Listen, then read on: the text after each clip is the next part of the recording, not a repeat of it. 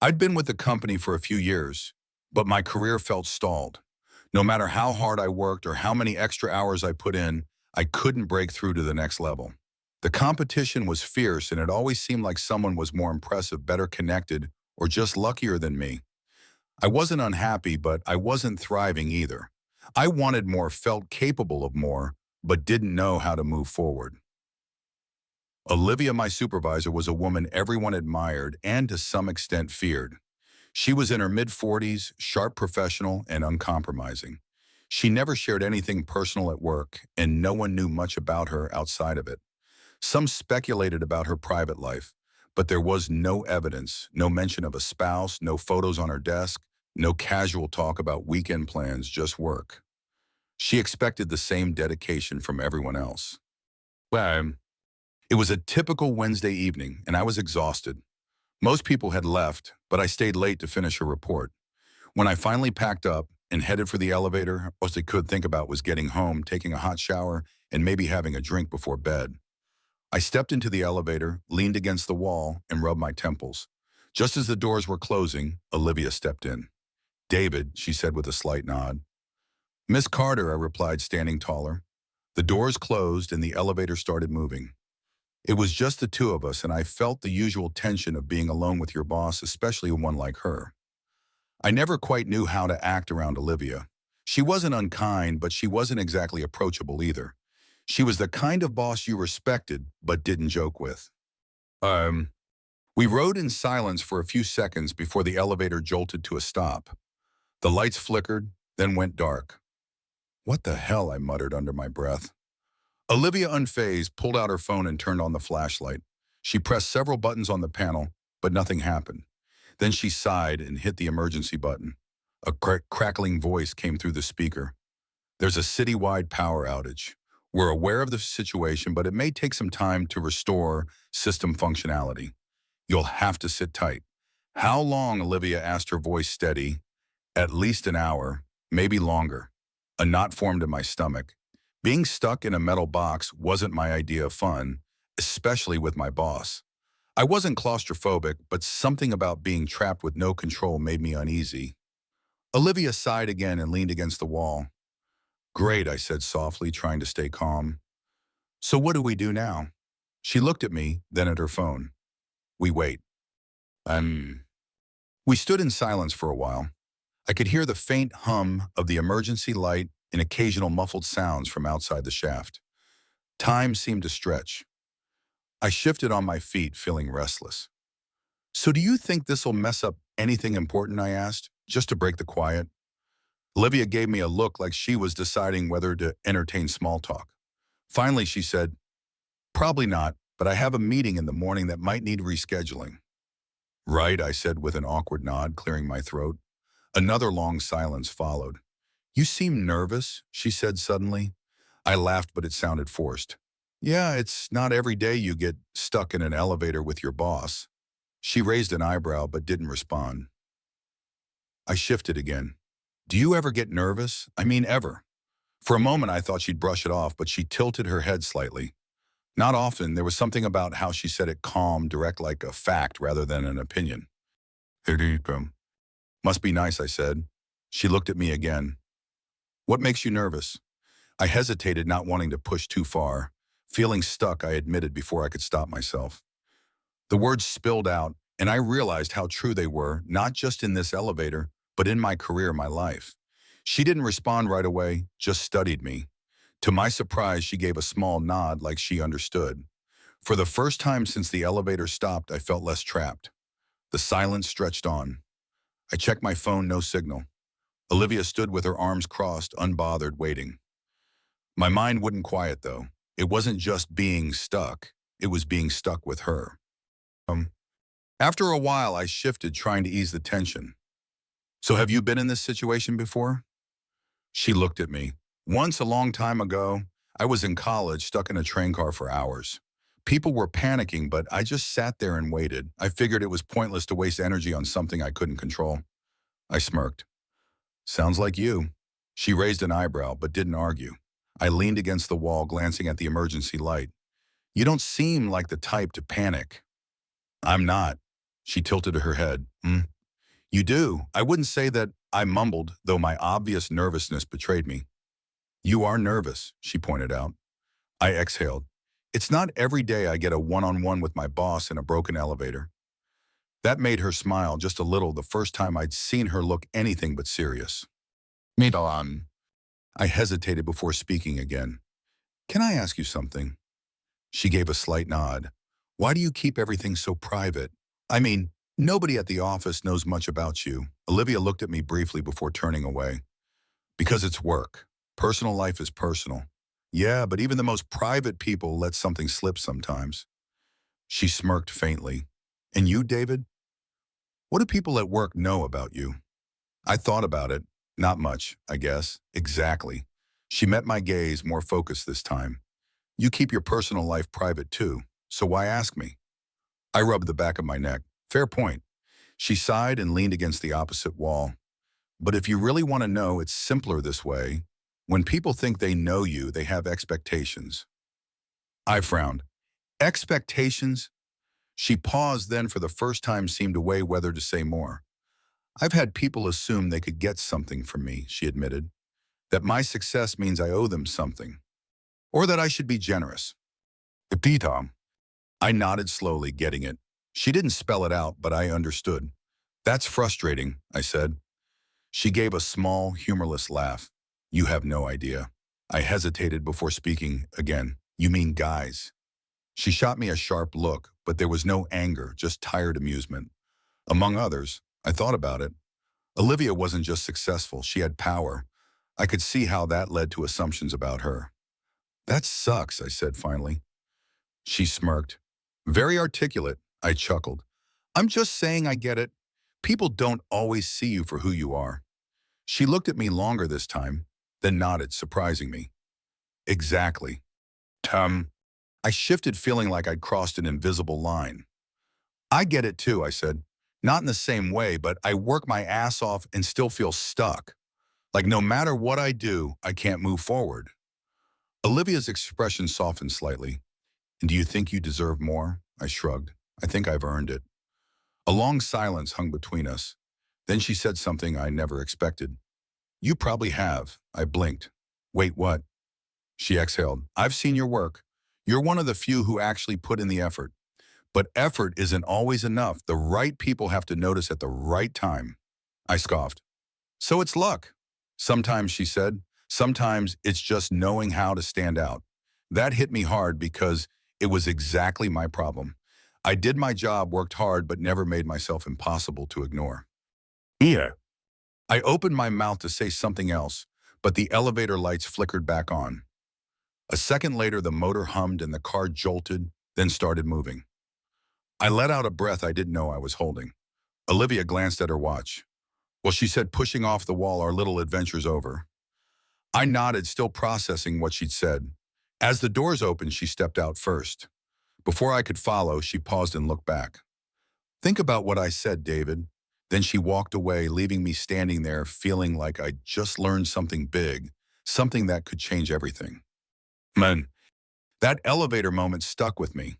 It wasn't just being trapped, it was the conversation. Olivia had never talked to me like that before. I wasn't sure she'd talk to anyone at work like that. She was always strict, professional, all business. But for those minutes in the stalled elevator, she was different. You probably have echoed in my head for days. I kept working as usual, but something had shifted. I started paying more attention in meetings, speaking up when I had something to add instead of keeping my head down. I made sure my ideas weren't just thrown out, but actually heard. Then one Friday afternoon, something even more unexpected happened. I was at my desk finishing a report when an email popped up. The subject line was simple. Let's talk. It was from Olivia. I hesitated before opening it. David, if you have time after work, please stop by my office. I'd like to discuss something. Olivia, that was it. No details, no explanation, just a direct request. I slumped back in my chair, my mind racing through every possible reason she might want to talk. Had I done something wrong? Was she going to bring up our elevator conversation? Or was this purely work-related? I tried to focus for the rest of the day, but it was tough. By the time the office started emptying around 6, my nerves were frayed. I took a deep breath and headed to Olivia's office. Her door was closed, but the light was on. I knocked twice. "Come in." Bah. I opened the door and stepped inside. She was at her desk, but her blazer was off, and she didn't look like the untouchable boss I was used to. She motioned to the chair across from her. "Sit," I did. For a moment, she said nothing, just studied me like she was trying to figure something out. Then she leaned back and spoke. "You've been more engaged this week." I paused. "Oh yeah, I guess so." She nodded. "Good. That's why I asked you here." I straightened slightly. "Okay." She exhaled, drumming her fingers on the desk. "I've been thinking about our talk in the elevator, how hard you work, how hard it is to stand out." I didn't say anything, just waited. Opportunities don't always come to you, David. Sometimes you have to take them. Meh. I frowned slightly. "What are you saying?" She tilted her head. "I have a project that needs more hours, more effort. It's not an official promotion, but if you handle it well, it'll position you for one." I blinked. "You want me to take on more work?" She smirked faintly. "That's one way to look at it. The other is that I'm giving you a chance to prove yourself." I thought about it. This was what I'd been waiting for, a chance to stand out. I had no partner, no kids, nothing holding me back from extra hours. I nodded. "I'll do it." She looked pleased. "Good." She reached for a folder on her desk and slid it toward me. "This has all the details. Take the weekend to review it, and we'll talk Monday." I picked it up and flipped through the pages. It was a huge project, bigger than anything I'd tackled before, but it could really boost my career. I looked back at Olivia. "Thank you for this opportunity." Hmm. She nodded, but before I could stand, she said something surprising. "I'm also grabbing coffee tomorrow morning. If you're free, you're welcome to join." I froze for a second. Coffee with Olivia. I wasn't sure if this was still work-related or something more personal. She must have sensed my hesitation because she added, "If you're busy, no pressure." I shook my head quickly. "No, I'm free." She gave a small smile. "Good. 10 a.m. at the cafe across from the office." I nodded and stood. "I'll see you there." As I left her office, my mind was racing. This wasn't just about work anymore. It was something else. For the first time in a long time, I had no idea where this was going. I barely slept that night. The coffee invitation wasn't just coffee. It felt like something more, something I couldn't quite pin down. Olivia had never asked me to meet outside work before, and the way she said it, casual and no pressure, made it feel even bigger. When I got to the cafe on Saturday morning, I was a mix of curious and nervous. I spotted Olivia right away, sitting at a corner table in a black sweater instead of her usual office attire. She looked different, relaxed, less like the untouchable boss, more like a regular person. As I approached, she looked up and gave a small nod. "You're on time," I smirked. Figured being late wouldn't make a great impression. She chuckled and gestured to the seat across from her. "Sit." Um, there was a brief silence as we sipped our coffee.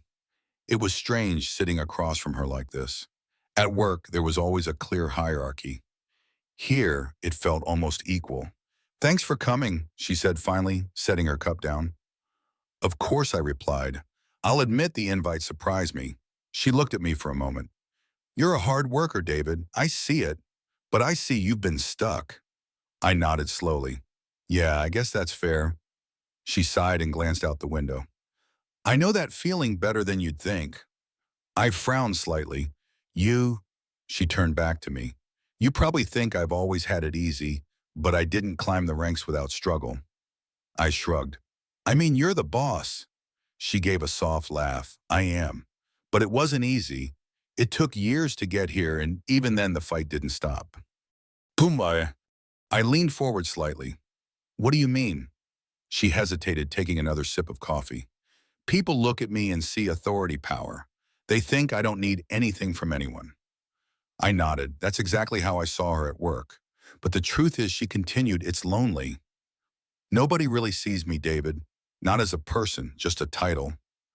I didn't know what to say. It was strange hearing her talk so openly. This was a side of Olivia I never imagined existed. She looked at me again. "That's why I opened up in the elevator. You seem different." Different how she tilted her head, like you actually listened, like you didn't see me as the boss, but as a person. I swallowed hard. I guess I never thought of you any other way until then. But once you opened up, things changed. She nodded slowly. That's why I wanted this talk. I don't do this often, David, letting people in. But with you, she paused. I feel like I can talk to you. Well, how's you? Her words made my chest tighten. I looked down at my coffee. I get it, you know. She raised an eyebrow. Do you? I nodded, not on the same level, but I know what it's like to feel invisible, to work hard and still feel like nobody notices you. She looked at me for a moment. Your ex? I tensed slightly. Yeah. You mentioned in the elevator she cheated. I let out a small breath. Yeah, I thought we were building something real. Turned out I was just an option. Olivia's expression softened. I'm sorry, I shrugged. It was a long time ago. That doesn't make it hurt less, she said, her tone sincere. No judgment, no condescension, just understanding. For a moment we sat in silence, but it wasn't awkward. It felt safe. And she took another sip of coffee and smiled slightly. So about the project, I gave a small laugh. Back to business already. She tilted her head. What, you thought this was a date? My face warmed a little. I mean, She chuckled. Relax, David. I'm just messing with you. I exhaled and shook my head. You're impossible. She grinned and leaned forward slightly. But for the record, I'm enjoying this. I met her gaze. Yeah, me too. She nodded. Good. Then after a pause, she said, maybe we should do this again sometime. I hesitated, then nodded. Yeah, I'd like that. She seemed satisfied with that, and for the first time since I started at the company, I realized Olivia wasn't just my boss. She was something more. I wasn't sure what that meant yet, but I was willing to find out. Mm. Months after that coffee meeting, things at work had changed, though, not obviously. I still did my job, showed up on time, put in the same effort. But now Olivia noticed. She started including me in more meetings, assigning bigger projects, even asking for my input on things she hadn't before. It wasn't just about the promotion, though I did move up in the company. The real change was how we saw each other. We started getting coffee regularly, then dinners. Then one night she invited me to her apartment. That night, everything shifted. I stood at her doorstep feeling like I'd stepped into something I wasn't sure I was ready for. It wasn't nerves, not exactly, just an awareness that something was different, that she was different. When Olivia opened the door dressed casually in jeans and a sweatshirt, her usual sharpness was softened. You made it, she said, stepping aside to let me in. Her apartment was stylish, but warm minimalist furniture, clean lines, a few personal touches that made it feel lived in. I hadn't pictured her space before, but it suited her. She poured us each a glass of wine and we sat in her living room, talking like we often did. But this time it felt heavier, like we both knew something we hadn't said aloud. Then she looked at me. David. Something in her tone made my chest tighten. Yeah. She paused. Do you regret this? I frowned. Regret what? She sighed, swirling the wine in her glass. Us. Whatever this is. I leaned forward. Olivia, we haven't even defined what this is. She gave a small laugh, but there was a hint of nervousness unusual for her. I know, she admitted. But we both know it's something. I set my glass down. Do you regret it? She didn't answer right away, just looked at me like she was weighing whether I was worth the risk. Finally, she shook her head. No, I don't. I exhaled a breath I didn't know I was holding. Good, because I don't either. Her shoulders relaxed. David, this isn't exactly conventional. A boss and an employee. I know, I said softly, cutting her off. But we're not just that now, are we? She stayed quiet for a moment, then reached out, brushing her fingers against mine. It was light, barely a touch, but it was enough to confirm that whatever this was, whatever it was becoming, was real. After that night, we were careful. At work, nothing changed. We stayed professional, kept it discreet. But outside work, we were together. It wasn't a wild, reckless romance. It was slow, deliberate. There were stolen moments, whispered conversations, late-night dinners, early morning texts. Olivia finally let herself be with someone after years of keeping her walls up. And for the first time since my ex, I wanted something real again. A year later, I was standing in her apartment watching her make coffee in the kitchen. It hit me, this was my life now. I had the career I'd aimed for, the respect I'd wanted, and her. I never could have imagined a stalled elevator would change my life. The story of David and Olivia reveals a powerful lesson about the unexpected moments that can redefine our lives and the courage it takes to embrace vulnerability. Being stuck in an elevator was more than a mere inconvenience. It was a chance for two people to see each other beyond their roles, boss and employee, and connect on a human level. Olivia's openness about her loneliness and David's honesty about feeling stuck teach us that true connection often begins with listening and sharing authentically, even in the most unlikely circumstances. Their journey shows that life's turning points don't always come with fanfare. Sometimes they're quiet, like a conversation in a broken elevator, yet they can lead to profound change both in career and in love. It reminds us to stay open to opportunities, whether for growth or connection, and to have the bravery to step into the unknown when something real is at stake.